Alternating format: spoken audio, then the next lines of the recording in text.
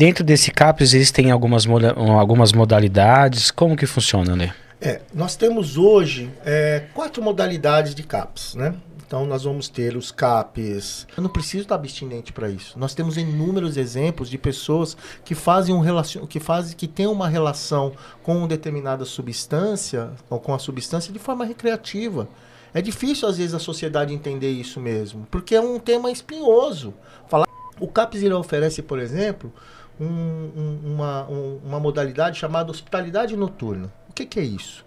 O familiar costuma ir nesses lugares procurar ajuda também? E se sim, qual que é o tipo de abordagem? Porque vai que algum familiar está assistindo e fala, poxa, legal para eles e para nós. Perfeito. O que eu posso fazer para ajudar? Quem eu tenho que procurar? Eu sou desprovido de recurso, eu não tenho grana. Perfeito. Eu sou de uma classe difícil. Existe caminho para essa galera?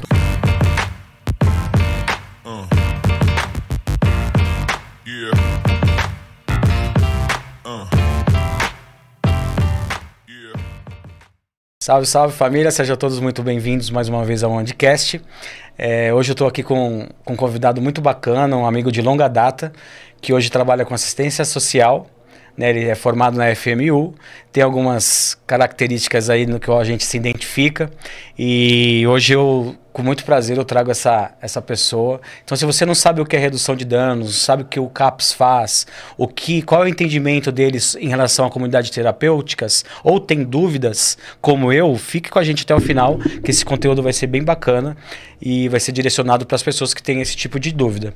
Então, se você não me conhece ainda, meu nome é Anderson Etzel, eu sou fundador do projeto Cola no Ande, cuidando de quem cuida. Um recadinho para vocês que estão assistindo aí. Se você chegou aqui pela primeira vez, se inscreva, deixa o seu like, faça o seu comentário, dê alguma sugestão de tema, porque dentro desse contexto a gente consegue trazer coisas relevantes que podem atingir o maior número de pessoas. Se você não é inscrito, se inscreva. Na descrição do vídeo vão ter todas as nossas redes sociais, a forma que você consegue ajudar, a plataforma de vaquinha online, o nosso projeto, o nosso site. Então, toda na descrição na descrição do vídeo você vai conseguir nos encontrar, tá bom? Sejam muito bem-vindos, fica com a gente aí até o final, que vai valer muito a pena aí, que o tema hoje é muito polêmico e eu gosto dessas coisas, beleza? Ale, obrigado por ter aceitado o convite. Já tem uns 40 dias aí que a gente está pleiteando isso, quase que não dá certo hoje, né? Mas, cara, obrigado aí por ter vindo, viu? Obrigado a você, obrigado. Ale, me fala um pouquinho, cara, antes da gente entrar no tema de redução de danos, CAPS, para que serve, para que não serve, esse âmbito de dependência química, o que a sociedade pensa, o que o SUS pensa, né? O que a gente pode trazer de informação hoje para a sociedade? Mas antes disso, fala um pouquinho do Ale, de onde que o Ale veio, de onde que ele saiu, né? Por que escolheu esse caminho? Conta um pouquinho a sua trajetória até chegar no degrau de assistência social, né? Fala um pouquinho aí de você. Legal, Andy. Primeiramente, obrigado pelo convite, cara. Obrigado pela oportunidade. Confesso que é uma experiência nova aqui, a gente estava falando sobre isso antes do início aqui. Bom, eu sou nascido e criado na Bela Vista, no Bexiga, Quilombo da Saracura. Minha infância e juventude foi toda lá.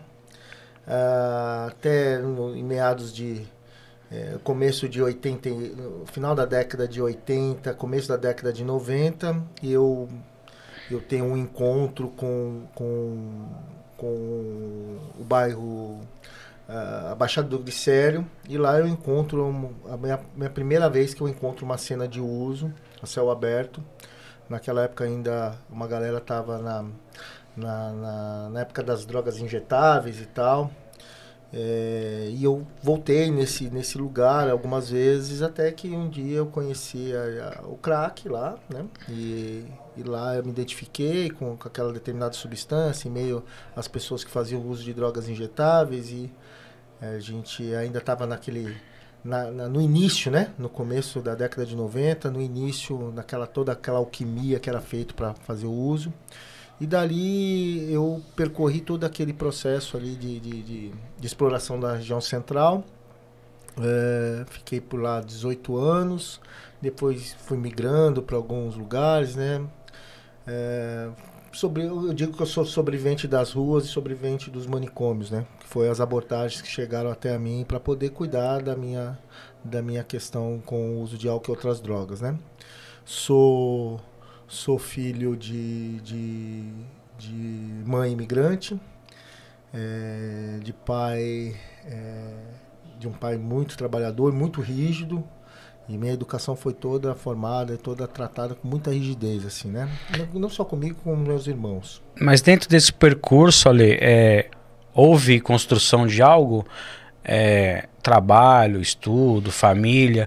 Ou em algum momento perdeu-se esse controle e declinou para perda de tudo? Como que foi? Foi. Eu acho que assim, eu tive uma infância, assim, como a maioria dos jovens, né? Enfim, uma família que trabalhava muito. A gente é de uma família grande, de 6 irmãos.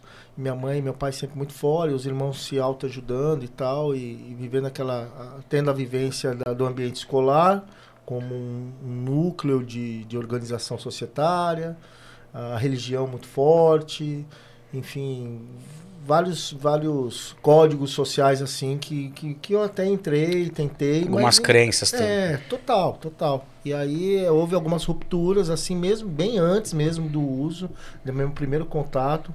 Uma pessoa muito agitada, muito ansiosa, com dificuldade de poder estar no meio das pessoas, né? Já tinham alguns comportamentos diferentes, você disse? Já, cara. Eu tinha bastante dificuldade, assim, para poder... Não me via nos espaços, eu queria fazer parte daqueles grupos. A gente costuma dizer, aquele grupo da esquina me atraía muito mais que minha própria família, assim. Então, era algo que eu fui crescendo com isso. E quando eu tive o primeiro contato com esse grupo da esquina, né? Aquilo para mim foi amor à primeira vista.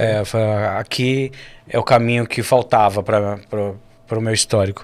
E em qual momento, Ale, que você olhou ou alguém que disse, falou, cara, eu acho que você tá com algum problema aí, você precisa ir se tratar e tal. Que momento foi esse? Eu acho que a primeira vez, assim, foi em 97, cara. 7 anos após o primeiro uso. 7 anos após o primeiro uso, assim, eu já estava num uso bem intenso de crack. E isso me colocava em situações de muito risco. Mas até então eu não conhecia nenhuma outra abordagem. Minha família também não conhecia, não sabia o que fazer. Ora me tratava com muito acolhimento, ora me tratava com muita rigidez, né? E a rigidez...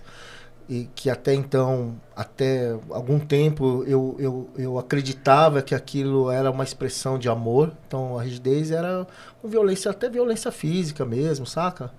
E eu entendia que era aquilo que meus pais poderiam me dar, mas hoje eu entendo que aquilo era violência, né? Isso não me faz sentir rancor ou ódio dos meus pais, mas é importante eu dar nome ao que acontecia. Dar um nome ao sentimento ali, e, né? E assim, isso foi muito comum para mim, assim. E aí a primeira vez que eu cheguei a ser afastado da sociedade, assim, foi numa lógica asilar, né? Então, em 97, minha família... nem eu acho que eu estava na negação, né, entendendo que, deixa aquilo acontecer, me colocando em risco, várias situações.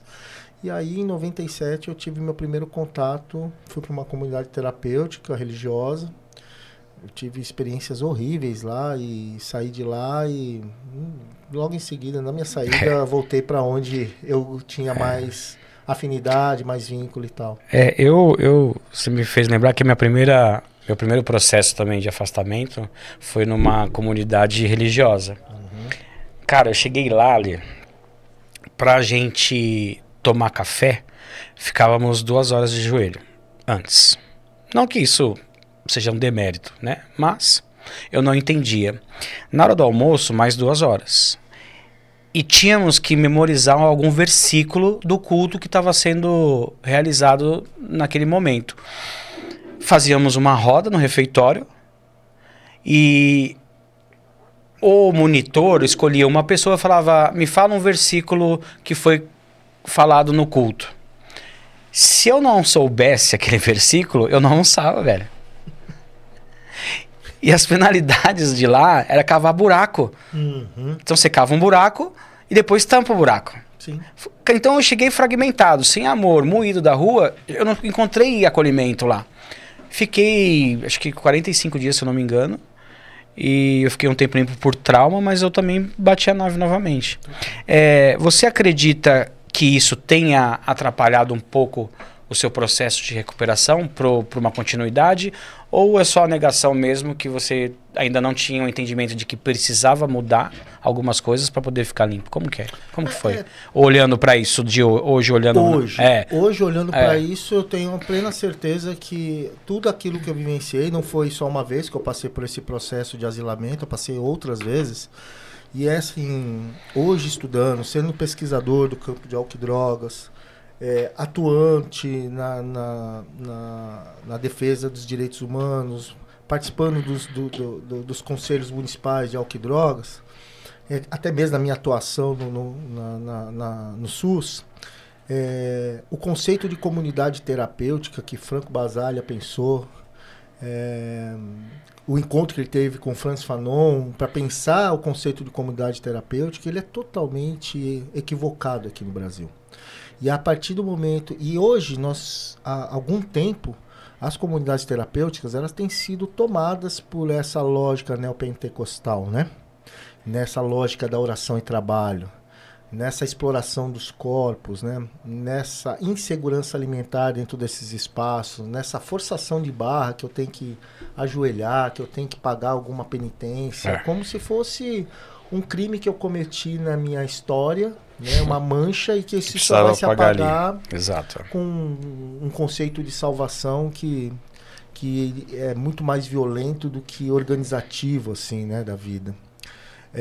Para mim, assim, a primeira experiência, como era a primeira, foi muito assustadora, mas foi o que chegou até a mim depois das próximas vezes, mas por mais 4 vezes, foi a única abordagem que chegou até a mim, porque eu não conhecia. As práticas de redução de danos já estavam já estavam acontecendo na nossa sociedade, no Brasil, especificamente em Santos. Começa ali com as primeiras práticas, com as trocas de seringas, né? Algo que foi feito na época na administração de um cara sensacional, Davi Capistrano. Nós tivemos a presença de várias pessoas assim que são referências na prática e na política pública. Hoje a redução de danos é uma política pública, né? Embora ela seja atacada em vários governos, ela tem um marco histórico, né? Quando a gente olha o processo de asilamento dos corpos, quando eu olho a história dos asilamentos dos corpos, existe o marco da reforma psiquiátrica, da luta dos médicos sanitaristas, das pessoas que foram às ruas e foram lutar para que eu não precisasse passar por aquilo que eu passei, assim, né? Mas eu precisei passar para poder ter algum nível de conhecimento. Né? Só para esclarecer para as pessoas que nos ouvem, Ale, asilamento de corpos, fala de uma forma mais de entendimento melhor, porque às vezes a pessoa que está escutando, o que seria esse asilamento de corpos? De uma forma mais simples, o que seria isso? Até antes da reforma psiquiátrica, a gente fala de asilamento dos corpos, é isso mesmo, pegar um corpo que por uma determinada configuração societária, vai entender que esse corpo, o do Alessandro aqui, é um corpo indesejável, que por algum motivo ele precisa estar trancado para poder ser ajustado. Os manicômios, né? Então a gente teria os manicômios, e hoje, assim, a gente tem um debate bem importante dessa reorganização dos manicômios da década de 50, 60, 70, 80... quando a gente olha para algumas configurações, para não ser tão cruel, mas poderia ser aqui tranquilamente, que são essas novas modalidades manicomiais hoje, que são as comunidades terapêuticas. Hoje, o que acontecia nos manicômios antes da reforma psiquiátrica, antes da luta antimanicomial, e que essa luta antimanicomial ela é viva até hoje, acontece hoje numa outra forma organizada, muitas vezes regulamentada, mascarada, você diz? Eu acho que nem tão mascarada, ela é chancelada pelo governo. Hoje, não só o governo atual, como o governo passado, os governos anteriores, todos eles tiveram um afinamento importante com com essa lógica de trancafiamento dos corpos, né? Nós ainda temos hospitais psiquiátricos funcionando em algumas localidades do Brasil. É absurdo que essas pessoas, pelo fato de elas se relacionarem ou de olharem para a loucura, assim, ou tratarem a loucura como algo da sua organização de vida, a única forma que a sociedade vê, ou os organismos veem essas pessoas é trancando, né? E essa é uma coisa que me despertou pelas coisas que eu vivenciei, pelas marcas que eu vivenciei, porque eu vivenciei violência, eu vivenciei exploração. O que é o conceito de laborterapia dentro de uma comunidade terapêutica? No fringir dos ovos mesmo. O que é a laborterapia? Você olha assim, com quase todas as pessoas que passam por essa modalidade de afastamento, a laborterapia, na grande maioria das vezes, eu faço a reforma de uma chácara para o dono de uma chácara sem receber nada em troca de gratidão. Isso é trabalho análogo à escravidão. Né? Eu quando eu causei bastante assim no meu segundo processo de reclusão, que eu falava que era mão de obra barata. Tá ligado? Porque falei, mano, vocês ficam me obrigando a ir fazer as paradas e eu pago pra estar aqui e eu tenho que ficar carregando madeira, ficar levantando muro, né? Mas enfim, mas aí entra aquela parada da gratidão e tal. Aí eles falavam que era pra dar continuidade na recuperação, era fazer parte do processo, criar uma rotina, arrumar a cama, fazer um almoço. Cara, isso é o mínimo, ok. Mas eu também não tinha muito esse entendimento. Mas enfim, era um processo que eu tinha. Só dando um passinho para trás antes da gente falar das comunidades do CAPS, Ale, o que te motivou a entrar de uma forma mais objetiva, assim? Qual foi a virada de chave? Alguém te apresentou ou você que sentiu alguma necessidade de ajudar a mudar esse panorama? Qual que foi o start ali que você falou, cara, eu virei a chave, agora eu vou seguir esse caminho? Qual o momento que foi? Eu tive uma passagem, como eu te disse, em 97, primeiro por essa comunidade terapêutica religiosa, que eu não suportei ficar muito tempo, fugi. Não queria ficar, mas posso dizer que era uma fuga, não fez nenhum sentido na minha vida. E depois de 11 anos, eu fui novamente parar numa comunidade terapêutica. Isso em 2008. Né? E aí eu passei por mais 3, entre 2008 e 2010, assim, eu tive dentro de comunidades terapêuticas. E aí eu fiquei dentro desse processo, eu vivenciei isso, ninguém me contou a história. Então eu fiquei 1 ano, depois eu fiquei 6 meses, aí na última eu falei, não. Aí quando deu 30 dias eu falei, não, isso aqui não dá. Passei o Natal lá dentro, cara, sabe? Assim, minha família, as pessoas controlavam eu ter que ligar para minha família. Eu tinha tempo para falar com a minha família, sabe? Sim. Minha família, quando ia me visitar, eles tinham que fazer revista, sabe? Nos corpos, nas coisas que minha família levavam, assim. Era um negócio surreal. E aí eu decidi, falei, cara, eu não vou mais passar por isso. Eu entendo que para mim, na minha relação com as drogas, eu me coloco muito em risco. Eu já tinha entendido que aquilo para mim era complicado. Administrar o uso de substâncias junto com a vida, para mim era muito difícil. Realmente isso me trazia muito prejuízo e muito problema.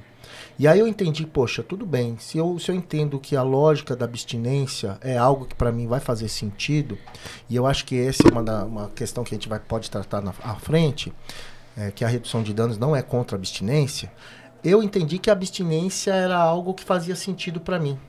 E aí eu falei, poxa, então tudo bem, eu não vou precisar ficar aqui trancado mais uma vez. E a partir daí eu fui buscando caminhos.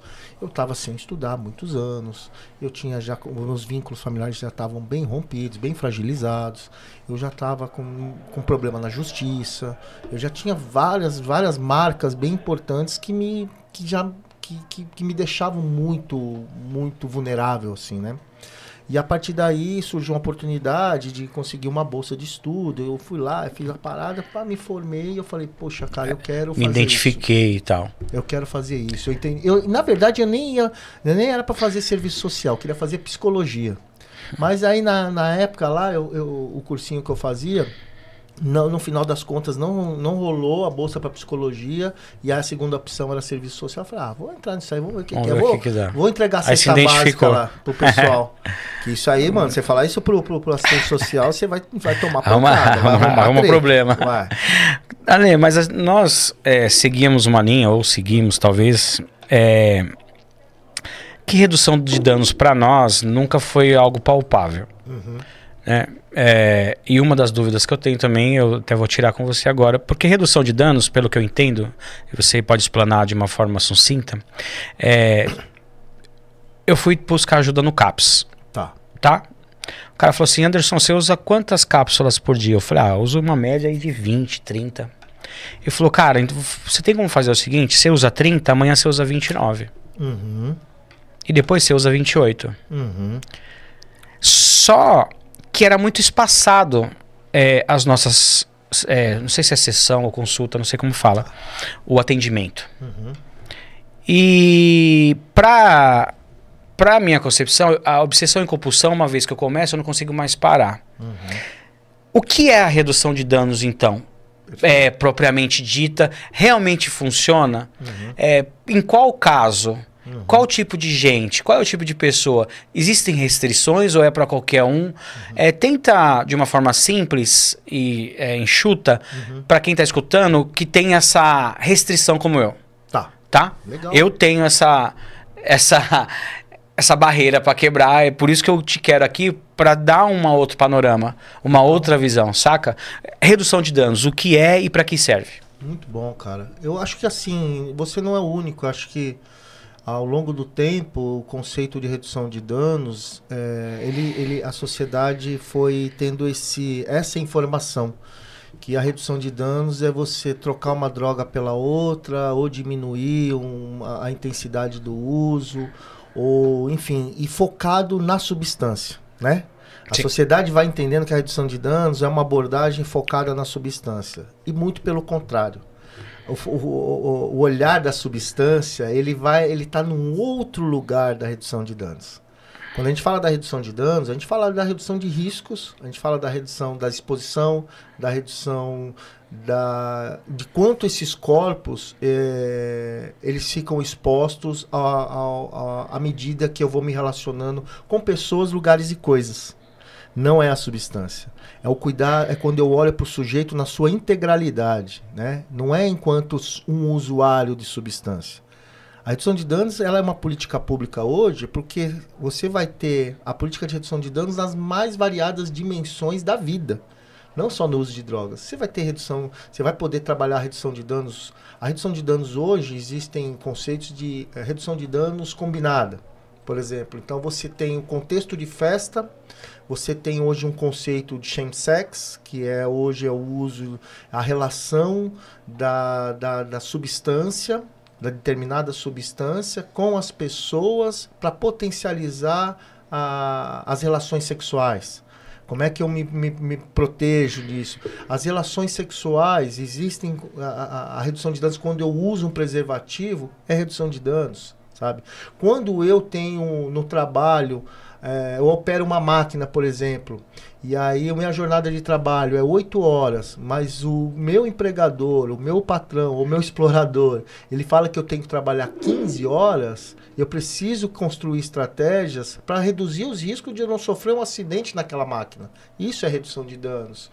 Quando, poxa, eu tô num bar e tomo um aperitivo, cara, ou eu tomo uma dose, ou 2, ou 3, ou 10, não importa. E aí eu vou pegar o carro para dirigir, eu preciso fazer uma reflexão sobre isso. Como que é pegar um carro sob efeito de álcool nesse momento? Sim, mas e como abordar isso? Total. E como chegar no coração de alguém sobre Total. isso? Porque o que acontece, o que eu vejo, talvez seja porque é o que eu consumo, as indicações nunca é para isso, na maioria das vezes. E sim para uma irmandade, para uma pena alternativa, por um serviço social dentro de uma escola. Eles não direcionam, podem direcionar, mas muitas das vezes as pessoas não querem também ir para esse tipo de caminho. Por que existe essa barreira e por que não existe algo tempestivo para que as pessoas acreditem que esse processo funcione? Legal. Só voltando um pouco, então, por exemplo, quando eu chego no CAPS, quando eu chego num serviço, primeiro que o CAPS é um serviço de porta aberta, o CAPS ele é um serviço substitutivo dos manicômios, então o CAPS ele tem uma história para que as pessoas, ao invés de ficar trancadas, elas terem o direito de se cuidarem. Os CAPs são serviços de base territorial, então quem acessa o CAPs, por exemplo, do território de Santana, são pessoas que já residem, têm a sua vida organizada naquele território, né? E aí eu não preciso estar trancado, eu não preciso estar asilado para poder viver a vida. Porque qual que é a grande sacada, assim? Se eu chegar no CAPS hoje, como você falou, eu não sei se eu tinha uma sessão X, demorava muito espaçado, existe uma tecnologia chamada PTS dentro do CAPS. O que é o PTS? É o Projeto Terapêutico Singular. Essa palavrinha singular é libertadora. Porque o que serve para você não serve para mim no CAPS. Então, quando as pessoas falam assim, eu vou lá no CAPS que o pessoal vai pedir para eu diminuir o uso e tal, não é para todo mundo, né? Para muitas pessoas, para ela poder dar conta da vida e ela poder funcionar, o uso de determinada substância pode fazer algum sentido. Para outras, parar de usar todas as drogas pode fazer um sentido. Então, quando eu olho o projeto terapêutico singular no CAPS, o nível de intensidade, como é que vai ser feita essa intensificação de cuidado, porque o CAPS, eu não vou lá, a ideia não é ir no CAPS e passar o dia lá, ficar o dia inteiro. Isso é uma lógica ambulatorial. A ideia é quanto mais eu estiver para a vida, mais sentido vai fazer meu projeto terapêutico singular. Então, por exemplo, se eu estou num uso muito intenso, me colocando muito em risco, e de repente, poxa, cara, eu não estou conseguindo dar conta, eu acordo de manhã pensando, já tremendo, já preciso tomar uma dose para funcionar, eu vou vou na biqueira 10 vezes, volto, corro o risco de tomar abordagem. Bom, essa pessoa está sem um repertório de vida. O CAPS ele oferece, por exemplo, uma modalidade chamada hospitalidade noturna. O que é isso? Você tem um leito onde você vai ser acompanhado por uma equipe multiprofissional 24 horas. Você pode permanecer nesse leito por 14 dias para desintoxicação e para poder pensar o seu projeto de vida, sem precisar ficar trancado, sabe? A porta é aberta. Então, a pessoa vai ter todo um acompanhamento ali para poder pensar esse cuidado. E não é focado na droga. Olha, se você vai diminuir, se você vai continuar usando, ou se você vai parar de usar, isso é um desejo seu. Quando eu quero entrar dentro do desejo do outro, isso é muito violento, cara. Quando eu quero chegar num corpo, quando eu quero chegar numa pessoa e fazer com que o desejo dessa pessoa ela seja substituído pelo meu desejo, é o que nós chamamos na prática de redução de danos da contrafissura. É quando eu desejo que o outro faça algo que eu estou desejando. Então ele não quer parar. Muitas vezes ele não quer parar.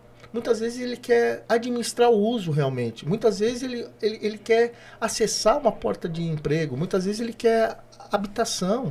Muitas vezes, assim, a redução de danos ela vai olhar para você de uma forma integral, não na substância. E dentro desse CAPS existem algumas modalidades. Como que funciona, né? Nós temos hoje 4 modalidades de CAPS, né? Então nós vamos ter os CAPS adulto, né, que trabalha as questões da saúde mental e que às vezes pode estar associada ao uso, mas as questões de base são as questões de saúde mental. E aí eu não vou dizer aqui os CIDs e IFs, porque não se trata disso, se trata de pessoas. Você vai ter os CAPs álcool e drogas, e aí você vai... E aí tem os... Dependendo... porque como é que funciona a legislação? Então, se você tem um número X de habitantes, você consegue implantar uma modalidade de CAPS. Se você tem um número X de habitantes, você consegue implantar outra modalidade. Hoje, acima de 250 mil habitantes, essa cidade, ou esse território, ou esse distrito, ele já está apto a poder receber um CAPS na modalidade 3, que aqueles que têm um leito. E quem faz essa articulação? Total.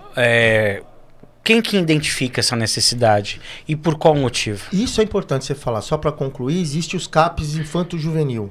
Hoje a gente sofre a gente tem sofrido, só para concluir o raciocínio anterior, Tá bom. os CAPs infanto-juvenis, hoje eles também existem na modalidade 1, 2 e 3. E existem os CAPs 4, hoje na cidade de São Paulo, eles estão mais ali na região central. Mas os CAPs infanto-juvenis e os CAPs adultos e os CAPs álcool e drogas estão espalhados aí pelos municípios, pelas cidades, enfim. O que é importante na sua pergunta que eu achei sensacional e que muitas vezes a gente não dá muita atenção? Os movimentos populares. Hoje os movimentos populares é o que tem força para poder cobrar da gestão pública, porque quem faz a gestão de recurso é uma gestão tripartite, mas a verba vem do Ministério da Saúde. O Ministério da Saúde que habilita, o Ministério da Saúde que dialoga com o Estado, que dialoga com o município, para que esse serviço ele seja implantado em um determinado território. Infelizmente, e aí eu digo com muita, que é uma das lutas nossas hoje, assim, infelizmente, o SUS, sobretudo na cidade de São Paulo, ele tem sido administrado por organizações sociais de saúde. Isso é uma grande perca para o SUS, porque virou empresas. São empresas administrando a saúde, recebendo verbas bilionárias para poder prestar um serviço para a comunidade, e a comunidade tem sofrido percas irreparáveis. Se você for na UBS do seu território, é uma organização de saúde que está administrando. Se você for na Zona Norte, na Zona Leste, na Zona Sul, na Zona Oeste, são organizações de saúde. Essas empresas, elas tomaram essa fatia, que é uma fatia grande das políticas públicas, e com elas os serviços têm sido precarizados.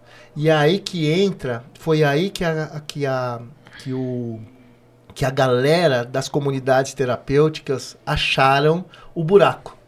Poxa vida, o SUS se a gente olha o SUS na sua plenitude, você vai ver que é algo que não existe em lugar nenhum do mundo, né? Nas suas mais variadas dimensões. Tanto na atenção primária, na atenção secundária, na atenção especializada. Mas as empresas... Quem que administra hoje, por exemplo, as comunidades terapêuticas? São empresas. Você não tem nada do Estado aí. Nada do Estado. O Estado, por não investir no SUS, não investir no território, ele faz o quê? Pô, vou jogar para a iniciativa privada, para essas empresas. Na grande maioria, mais de 90% aí, são empresas religiosas, né? Que administram e que vai para uma lógica de muito dinheiro e pouco acolhimento. O que eu tenho percebido... Então, mas existem essas empresas, mas esses convênios com as prefeituras que dão translado, pagam mensalidades e tal. Então, de certa forma, eles acabam apoiando meio que indiretamente aquelas que têm alguma documentação. Diretamente. Ou diretamente a verba é pública. É pública, né? Hoje os convênios, para você ter uma ideia, se você fizer um levantamento de 2017 até hoje... Nós tivemos de investimento federal mais de 700 milhões em comunidades terapêuticas. O que isso significa? É muito dinheiro, cara. É muito dinheiro para uma pessoa que pega um pedacinho de uma chácara qualquer aí, tira uma documentaçãozinha muito ralé. Na grande maioria aí a gente vem... Não é na grande maioria, não vou falar nem por mim. Vamos pegar o que a mídia tem noticiado, então. Toda semana nós temos uma denúncia de violação de direitos humanos em comunidade X, em São Paulo, em Minas, em Brasília. Nós tivemos episódios recentes de morte nesses lugares. Sim. Essas pessoas têm recebido verba pública para cuidar das pessoas e de cuidado não tem nada. Eu acredito que... por onde eu passei e vejo... As pessoas, elas não são qualificadas ou preparadas ou são desprovidas muitas vezes de informação. Porque o que a comunidade faz? O cara tá lá dentro, ficou um tempo dentro da casa, ele sobe aquele determinado ser humano para ser um monitor, um coordenador de campo, um coordenador, vai cuidar de idoso, vai fazer o ADM. Só que aquela pessoa, ela não tem a empatia necessária de cuidar do outro da forma que se deve, não tem uma preparação. Eu acho que isso esbarra um pouco também nesse lance de que não contratar um profissional, porque custa um valor X, e você promover aquele assistido para dar um radinho para ele, você não precisa... promoveu para a cozinha, dá R$600 para aquela pessoa, ela vai ficar feliz porque na sua grande maioria não tem uma profissão e tal. Mas eu queria só abrir um parênteses aqui, Ali. Dentro dos CAPs, Hub, enfim, dentro dessas situações que cuida do cara que tem um problema com álcool e droga, ou saúde mental, ou distúrbio, enfim, N comorbidades. Não sei se é comorbidades ou transtornos, eu não sei como que tá a linguagem, né? O familiar costuma ir nesses lugares procurar ajuda também? E se sim, qual que é o tipo de abordagem? Porque vai que algum familiar tá assistindo e fala, poxa, legal para eles e para nós. Perfeito. O que eu posso fazer para ajudar? Quem eu tenho que procurar? Eu sou desprovido de recurso, eu não tenho grana. Perfeito. Eu sou de uma classe difícil. Existe caminho para essa galera? Total. Como que Você falou de comorbidades e transtornos. Ambos os conceitos assim já são conceitos que estão sendo questionados, debatidos, junto à Organização Mundial de Saúde, inclusive nos DSMs da vida aí, que, enfim, não vou entrar nesse mérito agora, mas é algo que já está ficando ultrapassado, assim, sabe? Os CAPs, eles trabalham, como eu te falei, eles trabalham o cidadão na sua integralidade, a pessoa na sua integralidade. E a pessoa na sua integralidade, ela dialoga com lazer, cultura, trabalho, renda, geração de renda, economia solidária, família, habitabilidade, educação. Então, quando a gente fala de redução de danos, nós estamos falando justamente disso. Como é que eu posso construir junto, e isso é pauta pacífica na redução de danos, que só construímos um projeto terapêutico singular se eu estiver junto com a pessoa. Então é o desejo da pessoa que a gente empresta nosso corpo, a gente empresta o nosso afeto, os nossos encontros afetos para pensar junto com a pessoa um projeto que faça sentido para ela. E cada um tem um desejo diferente, cada um tem uma forma diferente. Na lógica familiar, eu acho que isso é importante para o nosso bate-papo aqui, todos os CAPs, todos hoje, eles fazem a abordagem para a pessoa e para o seu núcleo familiar. Então, vou te falar assim, empiricamente, concretamente, o que acontece, por exemplo, no CAPS que eu atuo. Se você chegar lá hoje, se seu filho ou sua filha chegar lá hoje para fazer um acompanhamento e for acompanhado contigo, vai ser feito, você vai passar num acolhimento de plantão. O profissional que estiver lá, e aí é uma equipe multiprofissional, então tem psicólogo, psiquiatra, assistente social, terapeuta ocupacional, enfermeiro, educador físico, enfim, oficineiros. Nós temos uma gama de trabalhadores, redutores de danos, que é uma profissão, embora não esteja regulamentada, é uma luta que nós estamos travando aqui em São Paulo, inclusive, para que seja regulamentada essa profissão do redutor de danos. Se você chegar, nós vamos pensar um projeto terapêutico para você e um projeto terapêutico para o familiar. Então tem essa abordagem total. Então, e essa gama de profissionais lá, muita gente não sabe que tem, né, Ale, também. Muita gente não sabe. Não tem essa ideia, cara, de... Eu mesmo não imaginava que teria todo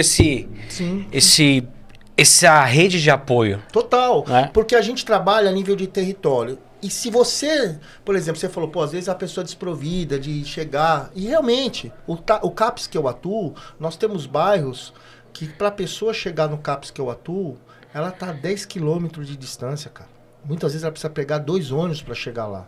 Isso é muito ruim. Sim. Porque se eu não consigo chegar no CAPS, aonde que eu vou chegar na rede? E aí eu vou falar para você que eu acho que é uma dica aí para quem estiver assistindo a gente, familiar e tal. Familiar, busque atenção básica de saúde. A UBS do seu território. A UBS do território é a porta de entrada para o cuidado do campo de álcool e drogas. E as pessoas não sabem disso. Fala, puxa, às vezes a internação chega primeiro, mas você tem um postinho de saúde que pode que está lá, que tem uma equipe multiprofissional, que os trabalhadores vão te acolher, vão fazer esse primeiro acolhimento, vão orientar. De repente, é caso que nem precisa ser acompanhado na internação. num CAPS, é caso que pode ser acompanhado na própria UBS. E isso é o SUS, essa é a riqueza do SUS. E você não vai precisar ter que se desdobrar, arrancar dinheiro, descabelar para poder... Fazer empréstimos, vender coisas, isso. É o que acontece, né? Lá no CAPS, tanto no CAPS quanto na atenção primária, que são as UBSs, você tem um acompanhamento do usuário e um acompanhamento do familiar. Não só na questão clínica. Sensacional. Hoje nós temos equipes de saúde mental dentro das UBSs. E essas informações, elas têm dificuldade em chegar às famílias por qual motivo? Porque assim, não tem CAPS em campo. Uhum. Não tem... É uma dúvida, tá? Uhum. Não tem profissionais que vá no PAP levar esse tipo de informação. Uhum. Não sei se tem cartaz nos postos ou não, né? Uhum. Você acha que isso é um buraco que existe ou não é negociável outra forma? A pessoa tem que procurar ajuda para poder se informar. Como que é? Acho que a gente pode olhar por vários ângulos assim, Anderson. Por exemplo, para a população em situação de rua, nós temos as equipes de saúde chamada, não sei se você já ouviu falar, consultório na rua. O consultório na rua é uma equipe multiprofissional que, inclusive, faz essas abordagens, tanto da parte clínica quanto de saúde mental, especificamente para as populações em situação de calçada, em situação de rua. Isso é quase todo o território de São Paulo, do município de São Paulo, nós temos essas equipes. Outro ponto, os CAPS, ele dentro da sua tecnologia, por ser um serviço de base territorial, e essa é a riqueza da parada, muitos CAPs, eles fazem ações no território. Ele tem equipes que vão a campo. A gente costuma dizer que nossas ações, no meu caso, que eu atuo no CAPs Alquidrogas, nós fazemos ações pautadas na arte, na cultura, no encontro, no afeto, no acolhimento, na escuta, nas cenas de uso. Essa é a riqueza. Porque essas pessoas... O CAPs é para essas pessoas que não chegam, cara. O CAPS são para os casos graves, para os casos que realmente estão no momento da vida de muito risco, de muita desorganização, de muita ruptura, e que não têm conseguido dar conta de organizar minimamente o seu dia. E aí a gente vai a campo, nós temos equipes para isso. Geralmente a gente faz isso com equipes multiprofissionais de outros serviços, trabalhamos em rede. Essa acho que é uma das grandes riquezas do SUS. Então a gente trabalha com serviços da assistência, muitas vezes, o CEAS, que é o serviço de abordagem. A gente trabalha em conjunto com o consultório na rua. A gente trabalha muitas vezes, eu lembro que algum tempo atrás você me perguntou como é que está... Nós temos ONGs na quebrada e tal, né? Você tinha perguntado. Sim. Nós temos muitos coletivos, na Zona Norte tem vários, por exemplo, que já fazem um trabalho sensacional de acolhimento de direitos humanos, de arte, cultura e lazer, muitas vezes sem investimento, com investimento muito precário, assim. A gente poderia ter mais, mas infelizmente a política de álcool e drogas, ela tem sofrido um ataque, assim, eu vou falar do município de São Paulo, mas podemos falar isso a todo o Brasil, de falta de investimento nesse campo. Nessa modalidade, que é a modalidade do encontro, de estar lá. Em contrapartida, esse dinheiro que não tem sido investido nessa modalidade de encontro, de afeto, de cuidado e de direitos humanos, ela tem ido para um outro lugar. E aí esse lugar tem nome, né, cara? Que são as comunidades terapêuticas. Então, é legal você tocar nesse ponto, que é um que eu quero abordar e... Não polemizar, mas questionar, tá? Você falou sobre direitos humanos, comunidades terapêuticas, dinheiro que investe e tal. Vamos citar na verdade, isso é uma guerra, né? Né? Com as drogas e tal. E pelo que eu entendi, quando vocês vão fazer a abordagem, o cara não tem família, não tem emprego, não tem casa, né? Não tem moradia, não consegue tomar um banho. A única coisa que restou para ele ali, sentir um prazer, uma dopamina, é a droga ou o álcool, certo? Então vocês vão lá para tentar reduzir isso, fazer com que ele entenda que precisa criar uma outra jornada, um outro caminho. Não sei qual é a dinâmica disso. Mas vamos lá. Entrando agora no âmbito... Vamos falar de Cracolândia, que é algo que todo mundo conhece. Total. Né? O cara não tem mais a opção de escolha ali. O cara está condicionado a usar, a beber freneticamente por conta já da obsessão e compulsão. Aí a família quer... Seja, vamos pegar uma pessoa de menor para começar o assunto, né? Que agora quero saber um pouco de vocês, como que tá essa abordagem do K2, K5, K9, sei lá até qual que tá já, né? Essa droga horrorosa, né? O cara de menor tá lá sofrendo, morrendo, atrasando a vida das pessoas, a gente faz coisas que não quer fazer, ok. Você não consegue controlar, a família fala, cara, eu vou internar involuntário. Chama a remoção, tira o cara e põe dentro de uma comunidade terapêutica, beleza? Enquanto o cara tá na calçada, direitos humanos não foi lá, as leis não foram aplicadas, não conseguiram ajudar aquele cara. Aí a família resolve tirar o cara e põe dentro de uma comunidade. Quando chega lá dentro, aí as coisas aparecem. Vai a vigilância, vai os órgãos que são responsáveis por não manter aquele de menor dentro de uma comunidade, acho que até onde eu sei não pode... Direitos humanos, aí as leis aparecem e penalizam aquele lugar que está tentando tirar o cara da rua porque está fazendo a família sofrer. Qual é o entendimento de vocês em relação a isso? Por que que a tempestividade que é colocada dentro das comunidades não é aplicada, talvez, ou eu posso estar equivocado, né? Mas quando o cara está na rua. Porque o cara está na rua, está morrendo, está fazendo a família sofrer. Aí a família acha, põe num lugar lá para ver se ajuda a quebrar aquela obsessão. Aí as leis aparecem com força e penalizam aquele lugar que está tentando ajudar a salvar a vida daquele cara. Ah, as comunidades são ruins, terapêuticas? Talvez, na sua grande maioria. Mas será que não existem lugares legais que de repente poderia ajudar aquela família, aquele ente querido? Qual que é o posicionamento de vocês sobre essa questão? Vou começar pelo final, assim. As comunidades terapêuticas são ruins, e aí eu assumo a responsabilidade. Todas. Todas. Segundo... Por quê? Porque não se cuida trancando, cara. Ninguém. Ah, esse é o motivo de não só. Nessa concepção. Não se cuida trancando. Trancando com má alimentação, explorando os corpos, explorando a família. Mas na rua não é uma forma de tranca também? Eu vou te responder. Tá. Eu vou te responder. Dizer que os direitos humanos não estão nesses lugares, isso é equivocado. Porque nós estamos todos os dias lá. Nós temos equipes todos os dias, em quase todas as cenas de uso. Teve uma reportagem recente da Folha de São Paulo, que trouxe que, segundo eles, nós temos 72 cenas de uso. Eles colocam 72 cracolândias. Por que 72? Eles anunciam isso? Porque falar a palavra Cracolândia dá ibope, né, cara? É uma marca social. Falar tudo que envolve a Cracolândia, ela dá dinheiro, dá ibope, dá like, dá mídia. Ela reforça os estigmas, ela reforça os estereótipos, ela reforça uma série de preconceitos, porque os corpos que estão ali são corpos que na sua grande maioria, eles foram atravessados através daquilo que você acabou de falar, dessa lógica ultrapassada, dessa lógica perversa, dessa lógica fracassada, que é a guerra às drogas. Que não existe guerra às drogas. Existe guerra aos corpos. Existe guerra aos corpos pretos, periféricos e pobres.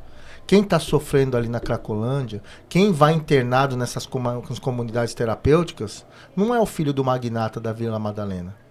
O filho da Vila Madalena, o magnata da Vila Madalena, dos Jardins, ele tem um pool de pessoas, de profissionais. Eles vão para as clínicas, né? Com uma equipe multiprofissional ali, 24 horas, vai para lá, AT para cá, AT para lá.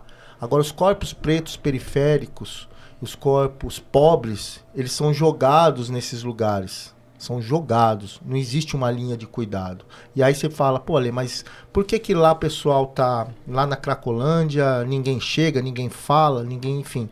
Muito pelo contrário. Hoje nós temos vários mecanismos hoje de atuação na Cracolândia. Você tem, por exemplo, nós temos, vou te citar alguns. O Centro de Convivência é de Lei, e eu falo com todo respeito, é um centro de convivência que existe há mais de 30 anos, atuante na Cracolândia. Mais de 30 anos. Nós temos o pessoal do consultório na rua, que estão lá há muitos anos. Nós temos os CAPs da região central, nós temos 5 CAPs na região central. que atuam lá na região da Cracolândia. Mas esses governos, eles insistem em tratar a Cracolândia pela lógica da guerra às drogas. Ou seja, pela abordagem da punição, pela abordagem do encarceramento. O que foi a Operação Caronte há tempos atrás? Foi o encarceramento em massa dos corpos vulnerabilizados, cara. As pessoas, se estivessem andando com cachimbo, elas estavam sendo conduzidas, forçadas a escolher, ou você vai internado ou você vai preso. Isso é cuidado quando você joga para o Estado, sobretudo para a segurança pública, cuidar de algo que é da saúde, mas é da rede toda? Mas será que é porque não tentaram já várias outras formas e não surtiu efeito? Teve o Cracode lá, que tentaram... É Cratode, né? Cratode. É esse que você ficava alguns meses... eles faziam uma triagem e se você estivesse apto, vamos dizer assim, você ia para uma reclusão durante um tempo e depois saía. É o Cratode que cuidava disso ou não? O Cratode... E virou hub, é isso, né? Isso, o Cratode na gestão agora do Tarcísio...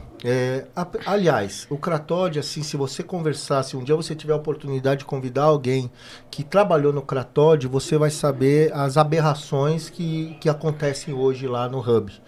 Assim, poucas pessoas sabem, mas dentro do hub, hoje o hub, ele tem um CAPS.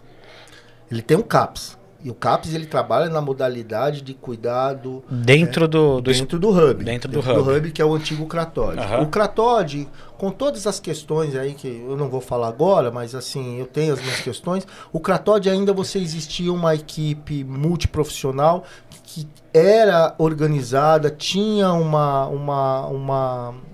um diálogo com a rede centro, que faziam abordagens abordagens humanizadas. Você tinha equipes que conseguiam dialogar, enfim. Com a lógica do hub, isso se extinguiu. Nós temos vídeos recentes assim, foi passado na mídia, de agressão a usuários que foram buscar cuidado. As pessoas têm ido ao hub para procurar internação e elas têm ficado lá, tomado um chá de cadeira, e essas pessoas têm sido expulsas dali, têm sido jogadas para a cena de uso, para que as peruas, os veículos, as equipes passem nessa cena de uso para fazer a internação. Qual que é a lógica disso? Peruas de onde? Os veículos das equipes da rua que estão ligadas. E por que declinou? Assim, tem algum diagnóstico? Qual? Tem, porque assim, a lógica hoje é a lógica da guerra às drogas e do trancafiamento e da manicomialização desses corpos. O investimento hoje, Andy, a premissa deles é essa. A premissa hoje, Andy, é trancar os corpos das pessoas que estão usando droga. Essa é a política do prefeito da cidade, essa é a política do governador da cidade. Só para você ter uma ideia, as comunidades terapêuticas hoje, elas estão dentro da pasta do Ministério do Desenvolvimento Social. Qual lógica faz sentido uma comunidade terapêutica que trabalha com equipe multiprofissional, questões de saúde, administração de medicação, projeto terapêutico, está na pasta do desenvolvimento social? Por que não está na pasta do Ministério da Saúde? Por qual motivo? Interesse, lobby. Quem está lá em cima no governo, hoje você tem lobbies dentro da alta cúpula do governo federal, lobbies da comunidade terapêutica. Nós tínhamos a bancada da bala, a gente tem a bancada da bala, a gente tem a bancada do gado e tem a bancada da comunidade terapêutica, que está ali com poder, com força política e que tem conseguido levantar recursos. Aí você faz só para concluir, você faz um levantamento dessas comunidades terapêuticas, cara, assim, me dê algum elemento que me fale assim, olha, cara, eu vou internar 10 pessoas aqui. Qual que é o projeto dela? O projeto dela é ficar abstinente. Bacana. Qual que é o projeto dela de abstinência? É 1 ano? Tá bom. Então vamos lá, faz um censo. Faz um censo disso, cara. Quantas pessoas saem das comunidades terapêuticas e permanecem nessa lógica, já que a lógica é abstinência, que permanece, por exemplo, de 1 a 5 anos em abstinência? Por que as pessoas têm 20, 30 internação? Qual que é a lógica disso? Ou é uma lógica, se não for uma lógica que gere lucro para alguém e que utilize a família, que utilize os corpos das pessoas mais vulnerabilizadas como moeda de troca, eu não sei o que é, sabe? Então, mas essa recorrência, a gente não pode atribuir ao indivíduo também? Que nem, por exemplo, você falou sobre medicação, né? Uhum. Versus medicalização, não sei qual é a diferença, me ajuda. As comunidades têm a tendência de controlar aquelas pessoas através de medicação, para estabilizar, criar uma rotina, diminuir o libido, uma série de... Tem como é que fala? Um conjunto de remédios que dá para aquela pessoa tomar. Tem um nome que agora eu não lembro. Tipo um coquetel. Aí você toma lá para diminuir o libido, para diminuir a ansiedade, para diminuir... Nananana. Se você fala para mim que tá na pasta X e o governo apoia, até que ponto que essa comunidade tem culpa ou não, então, de acreditar que esse processo funciona se vem através de um governo? E por que se o governo está apoiando e ele sabe que tem os CAPs, perdão, e sabe que tem os CAPs e tem todo esse trabalho que eu não sabia que existia, por que o apoio ele é tão expressivo e tem um contraponto? Porque o governo apoia, o município apoia, dá grana, só que em contrapartida a vigilância não deixa crescer. Não deixa... não é que não deixa, mas o processo para a documentação ela é muito árduo, né? E o que eu percebi, o que as clínicas, as comunidades fazem? A vigilância vai lá no endereço A, fala, cara, você tem 10 dias para arrumar isso, senão eu vou fechar. O que eles fazem? Mudam de endereço. Aí muda de endereço. Muda de endereço. Como atuar nesse contraponto, cara? Eu não sei se eu entendi direito, mas vamos lá. O governo apoia a assistente social, a vigilância não. Tá. Não concorda. Como que lidar com esse contraponto? É brigar com o governo, vamos dizer assim, com o estado, o município, enfim. Acho que tá tudo interligado, tá? Acho que o governo não faz isso numa canetada só. Até faz, mas com o respaldo também da vigilância, com o respaldo de uma série de coisas, enfim. Na grande maioria desses casos, quando uma comunidade muda de endereço para outro, é porque está irregular mesmo. Sim, total. E a sua grande irregular. maioria. Está irregular. Eu atuo em Bugaçu, lá são, se eu não me engano, são 70 comunidades mapeadas. 3 são regularizadas. Regularizadas e tem convênio com o governo. Tem convênio com... Que absurdo. É sobre isso. É sobre isso, sabe, Andy? 3 não, 2, o cara falou. Você quer fazer você quer construir... Por que ao invés das comunidades terapêuticas, essa é uma proposta que a gente tem discutido dentro do Conselho Municipal de Álcool e Drogas de São Paulo. Por que ao invés de comunidades terapêuticas, a gente não cria núcleos... centros de convivência? Por que a gente não cuida dessas pessoas? O princípio da dignidade humana... é a liberdade, irmão. O princípio da dignidade humana. Eu acho que se a gente tem a liberdade, não só a liberdade de desejo de escolha, a liberdade de eu poder também emprestar o meu corpo e o meu desejo para as coisas que façam sentido para mim. Porque assim, eu desejo, como eu te disse lá atrás, e eu reafirmo, a redução de danos, ela não é contra a abstinência. A gente só precisa entender que assim, a sociedade, você falou, por que o governo faz isso? Porque existe uma lógica perversa de poder criminalizar os corpos que se relacionam com o álcool e drogas. Essa é a lógica da guerra às drogas. Todas as pessoas... Só que você criminaliza a galera que está lá na Cracolândia, mas não criminaliza o executivo que está lá no seu clube do uísque toda segunda, quarta e sexta, gastando 1.000, 2.000, 5.000 reais no seu uísque e depois volta para casa e soca a sua companheira, mano. E soca seu filho. Isso a gente não fica sabendo. Mas eu tenho que apresentar para a sociedade que aquelas pessoas que estão na Cracolândia, elas estão morrendo, elas estão sofrendo, elas estão roubando todo mundo e precisam ser trancafiadas. Isso é uma jogada política, da estrutura política mesmo. Da estrutura da nossa sociedade, precisa alguém que detenha o poder e alguém que seja submisso ao poder. Isso é da sociedade. E aí a gente... E dentro dessa visão, olha aí, então nunca aconteceria, por exemplo, uma parceria da galera da assistentes sociais com comunidades terapeutas. Olha, eu vou te dizer não existe essa proximidade. Seria um contraponto. Não tem uma solução. Legalmente não. Legalmente. Não estou falando de achismo. Legalmente, os serviços de saúde mental na RAPS não tem nenhuma ligação, não faz nenhuma articulação legalmente, tá? Com as comunidades terapêuticas. Se algum profissional que atua na RAPS tem alguma ligação, ele que responda na sua categoria, ele que responda junto ao seu conselho, enfim. O que nós, como mensagem assim, sabe, para familiar, se você tem uma pessoa na família, um conhecido, alguém que tem algum relacionamento de muito risco com álcool e outras drogas, vá a um CAPS, conheça. Não precisa, vá lá, é porta aberta. Levanta pelo menos a dúvida. Leva lá, né? Isso. Vê como que é funcionar. Porque hoje, cara, nós temos... uma das coisas mais perversas que tem acontecido hoje são os tais de captadores de vagas, cara. Sim. A galera tá ganhando dinheiro para poder... levar enfiar o cara você lá no manicômio, cara. Sim, mas isso não te traz uma sensação, né, de que tá enxugando gelo, cara? Ou não?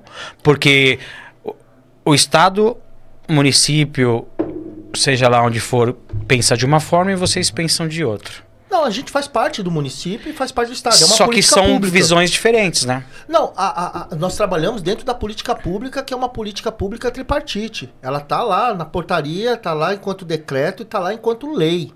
Nós temos uma lei a 12.006... Poxa, agora me fugiu a memória. Que é o que rege o nosso fazer profissional. Puxa, como que eu podia esquecer essa lei agora? Mas enfim... Então nós não estamos além do que a legislação, nós atuamos na legislação. Quem está fora da legislação são as comunidades terapêuticas.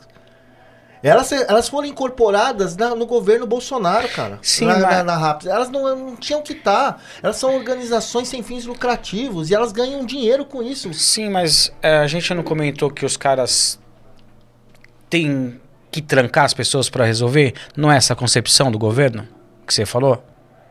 De lá na Cracolândia tem que pegar o cara e trancar? Ou, na verdade, atuações, por exemplo, da gestão municipal hoje e da gestão estadual para o centro de São Paulo tem sido isso. Esse é o nosso enfrentamento.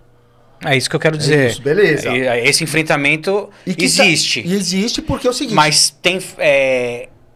esse enfrentamento vai ter resultado em algo? Se já existe uma lei que protege... Nós temos. E vocês conseguem... Nós temos resultados importantes de pessoas assim. Nós temos em qualquer serviço da RAPS que você for, você vai ver pessoas que têm organizado a sua vida RAPS usando... é o quê? É a rede de atenção psicossocial do território. Tá. Então, se você for na RAPS...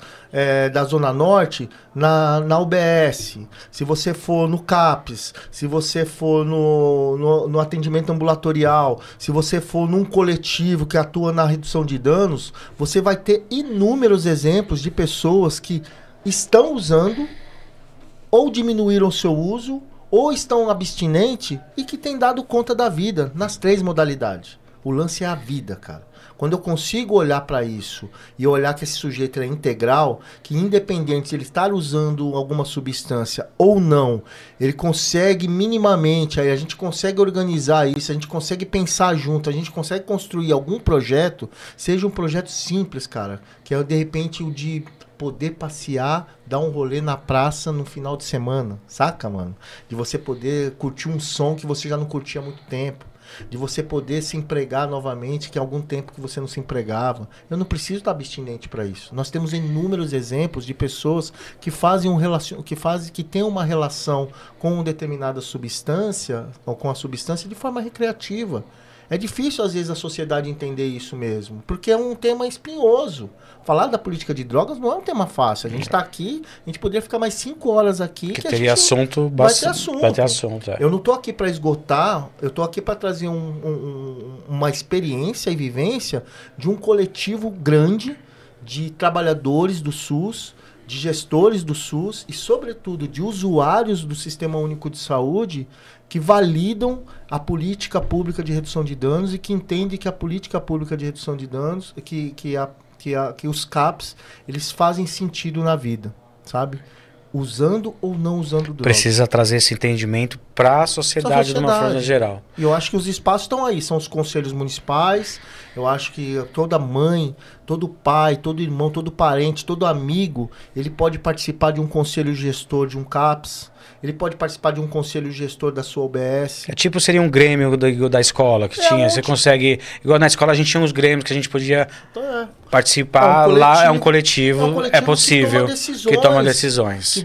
Que auxiliam nas decisões do gestor público, que vai dizer pro gestor público, olha, aqui no meu bairro, cara, tá tendo muita gente usando o K2 e tá morrendo e tal, e não tá conseguindo dar conta. Como é que a gente pode usar política pública para poder cuidar dessa galera?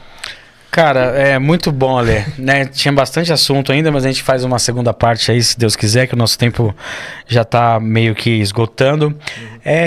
Rapidamente, olhando aqui para essa câmera, qual é uma mensagem que você pode deixar de força, fé e esperança para aquele familiar ou para aquele ente querido? E emendando, fala um desejo seu e uma vontade de realização, né? Total. Bom, primeiro agradecer de verdade pelo convite. Eu faço qualquer coisa que eu tenha falado a mais aqui é de minha responsabilidade, eu assumo totalmente. E dizer para qualquer familiar, amigo, colega, conhecido, não se deixe levar por esses mercadores da cura, né? Vá conhecer. Existe uma política pública de cuidado no campo de álcool e drogas para usuários, para acompanhamento dos familiares. E é um serviço público, de porta aberta, e que essas pessoas podem acessar a qualquer momento, no seu território. Não precisa ficar trancado 300 quilômetros, 600 quilômetros, um ano, tendo que fazer empréstimo, vender casa, vender carro, se estapear aí. Vá conhecer, vá conversar com uma equipe. Enquanto desejo, eu espero que o mais rápido possível a gente não tenha mais comunidades terapêuticas aqui e que sejam substituídos pelos centros de convivência. Da hora, né? Obrigado, Ale. Para você que ficou aí com a gente até o final, obrigado mais uma vez, né? Agradeço aí a companhia de vocês. Como eu falei lá no início, na descrição do vídeo tem nossas redes sociais e como vocês nos encontram. Eu quero agradecer aqui a nossa patrocinadora Spaniati. Ela nos ajuda com algumas coisas aqui, os produtos estão expostos. Quem é os nossos seguidores, segue lá a Spaniati, que tem muita coisa bacana. Se falar que assistiu aqui, tem desconto no procedimento, tem desconto nos tratamentos. Então, vocês vão ser muito bem-vindos também lá, tá bom? Vai ter um QR Code no vídeo que você pode escanear lá e fazer com que chegue na nossa plataforma de projeto, de doações e tal. Então, para você que ficou até o final, muito obrigado mais uma vez. Se inscreva, deixe seu like, faça seu comentário, dê sugestões, que vai ser muito bem-vindos, beleza? Obrigado aí, cola no Andy aí, cuidando de quem cuida. Valeu. Valeu.